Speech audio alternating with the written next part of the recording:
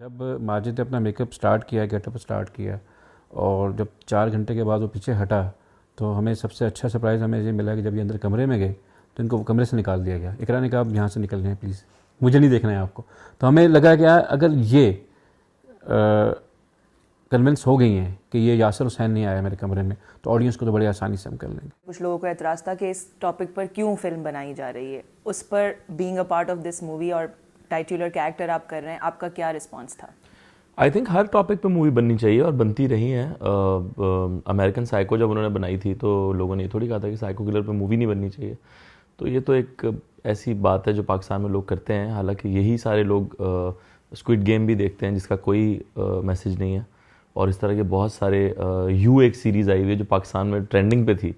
तो पाकिस्तान में ट्रेंडिंग पे होने का मतलब है कि पाकिस्तान देख रहा है उसे, और उसमें एक बंदा दिखाया गया है जो स्टॉकर है। तो आप स्टॉकर को क्यों देख रहे हैं, उससे क्या मैसेज मिल रहा है आपको? एक हिस्ट्री का पीस है बेसिकली। तो तफ्तीश इस बात पे हो रही है कि 100 बच्चे क्यों मारे, वो बगैर तो असल सवाल तो पूछो। हिस्ट्री का एक पीस है आपने कहा, तो आपने स्टडी किया जावेद इकबाल की लाइफ को, उनकी सारे जो मामलात थे, सब चीज़ें थी, इस कैरेक्टर के फील लुक पे तो हम फिर आएंगे, बट इस फील के लिए, इसको परफॉर्म करने के लिए डिड यू स्टडी दिस? देखिए, मैंने ये स्टडी किया सिर्फ कि एक तो उनके बारे में कुछ ज़्यादा मटेरियल है नहीं।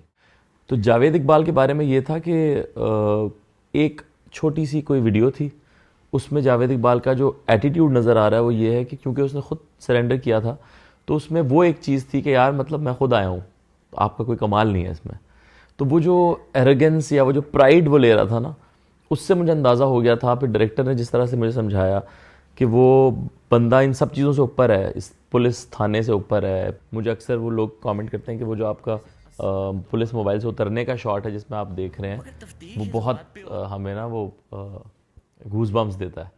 तो वो इसीलिए था शायद कि जब वो पुलिस मोबाइल से उतर रहा था ना, तो वो उसका मोमेंट ऑफ प्राइड था कि आप लोग मुझे उतार रहे ऐसे हो कि पता नहीं जैसे पकड़ के लाए हो, मैं खुद आया हूँ। तो वो एक चीज़ को मैंने फॉलो किया और फिर वो बनता गया। जावेद इकबाल 100 बच्चों का कातिल।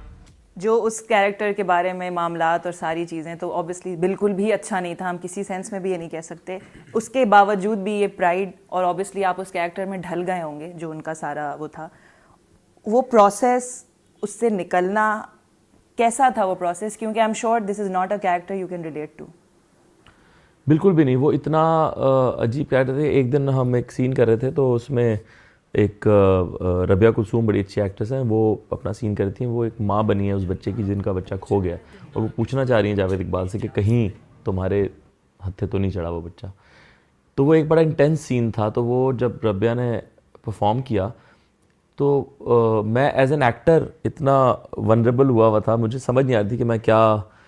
तो मैं इनको बोला, मैंने कहा मुझे बस अगर आप कट नहीं कहते तो शायद मैं धाड़े मार मार के रोने लगता, क्योंकि मुझसे ना अपने इमोशंस संभाले नहीं जा रहे थे। यासिर ज़्यादातर जो हैं अपने कॉमिक रोल से जाने जाते हैं, उनकी स्क्रिप्ट्स हों, होस्टिंग हो या इवन किरदार हों।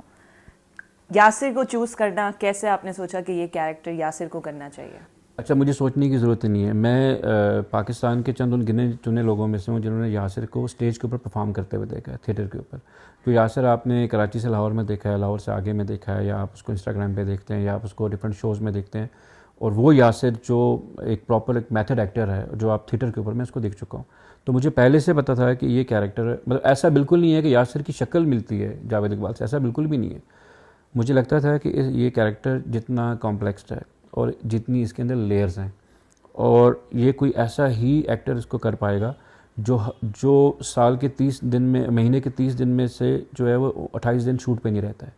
आपको जब ऑफ़र हुआ तो आपके क्या तासुरात थे? अरे मेरे साथ जावेद इकबाल का एक अलग ताल्लुक़ है। वो ये है कि बहुत साल पहले, तकरीबन कुछ 6-7 साल पहले, एक शॉर्ट फिल्म के लिए मुझे लाहौर बुलाया गया था, उसकी स्क्रीनिंग के लिए। तो वो जिन्होंने वो शॉर्ट फिल्म बनाई थी, उन्होंने मुझे कहा कि मैं अगला प्रोजेक्ट जो कर रहा हूँ जावेद इकबाल पे कर रहा हूँ, तो क्या आप करेंगे? तो मैंने कहा यार वाई नॉट, ये तो बहुत अच्छा प्रोजेक्ट होगा, मतलब एक ऐसी कहानी आप बना रहे हैं जो बड़ी स्केरी है। तो मैंने कहा मैं ज़रूर करूँगा। उन्होंने कहा बस ठीक है, बस इसकी तैयारी आप पकड़ें और मैं लिख रहा हूँ। और इस तरह बातचीत हो गई, ख़त्म हो गई। फिर वो बात कहीं गायब हो गई। फिर बहुत अरसे बाद को एक और साहब मेरे पास आया, उन्होंने कहा मैं एक जावेद इकबाल पे एक फ़िल्म बनाना चाह रहा हूँ, तो मैं समझता हूँ कि आपको ये कैरेक्टर करना चाहिए। मैंने कहा जी मैं बिल्कुल करूँगा, मुझे पहले भी किसी ने कहा था। तो वो फिर गायब हो गए। तो उसने कहा कि नहीं नहीं हम वो नहीं हैं, आप देखें ये अब बनेगी, ख़त्म हो गई। फिर मेरे पास ये आया, इन्होंने कहा मैं जावेद इकबाल पे कर रहा हूँ। तो मैंने कहा यार ये तो मेरे साथ मजाक हो रहा है बहुत अरसे से कि जावेद इकबाल बन रही है और मैं आप उसके अंदर होंगे। तो मैंने फ़ौरन ही हाँ कर दी थी। ज़ाहिर है 80 लाख में 20 लाख शादीशुदा होने हैं, उन 20 लाखों के 10 लाख बच्चे होंगे, उनमें से 5 लाख। आयशा को कास्ट करने का क्या वो था? अगेन बुलबुले इज़ वन मेजर प्ले जिसमें हमने उन्हें देखा है, और भी रोल्स उन्होंने किए हैं, लेकिन एक यहाँ पे पुलिस इंस्पेक्टर का रोल है if I am not wrong. So वो क्या उसके पीछे आपका? आयशा उमर साहिबा के ऊपर जो एक छाप लग चुकी हुई है खूबसूरत के कैरेक्टर की, वो हमें दिखाई देती है। वो इतना बड़ा ड्रामा है, इतना बड़ा सिटकॉम बन चुका है, इतना बड़ा हिट है वो।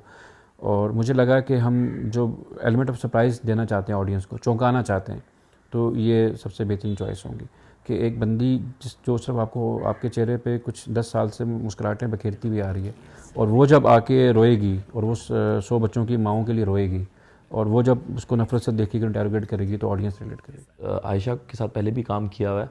इस दफ़ा जब मैंने आयशा के साथ काम किया तो मुझे अंदाज़ा हुआ कि यार वो तो मतलब उसने अपने आप को बिल्कुल बदल के रख दिया इसके लिए। आपको मुझसे ज़्यादा शायद आयशा को देख के मज़ा आएगा इस फिल्म में। जब इनिशियली अनाउंस हुई थी फिल्म तो कुछ राइट्स के हवाले से कुछ मामलात हो रहे थे और कोई क्लेम कर रहा था कि शायद राइट्स नहीं है आपके पास, वो क्या सिलसिला था? आई एम ग्लैड कि आपने सवाल किया। हमारे मुल्क में जहाँ पे एक पोस्टर बना के ये समझा जाता है कि आप इस फिल्म के राइट्स हमारे पास आ गए हैं, एक ब्लॉग लिख के समझा जाता है कि अब इस शख्सियत के ऊपर या इस साने के ऊपर हमारे अलावा कोई लिख नहीं सकता। तो ये सब चीज़ें मेरे जहन में थी, तो मैंने पहले इस किताब पे रिसर्च करने के बाद सबसे पहले इसको किताबी शक्ल में शाया किया। जब उसके 3 एडिशन बिक चुके थे और उसके बाद फिर मैंने इसको स्क्रिप्ट में शेप किया, और फिर मैं यासिर हुसैन साहब के पास गया कि आइए मिल के फ़िल्म बनाते हैं। और जब इस किस्म के कुछ ट्वीट्स भी आई तो मैंने वहाँ पे उन ट्वीट्स को भी काउंटर किया है, और मैंने पब्लिकली इसके ऊपर ट्वीट भी किया और पोस्ट भी लगाई है। और मेरा आज भी ये कहना है कि आपको अगर इस फिल्म के राइट्स के हवाले से कोई मसला है, कंटेंट के हवाले से, तो आप फिल्म रिलीज़ होने का वेट मत करें।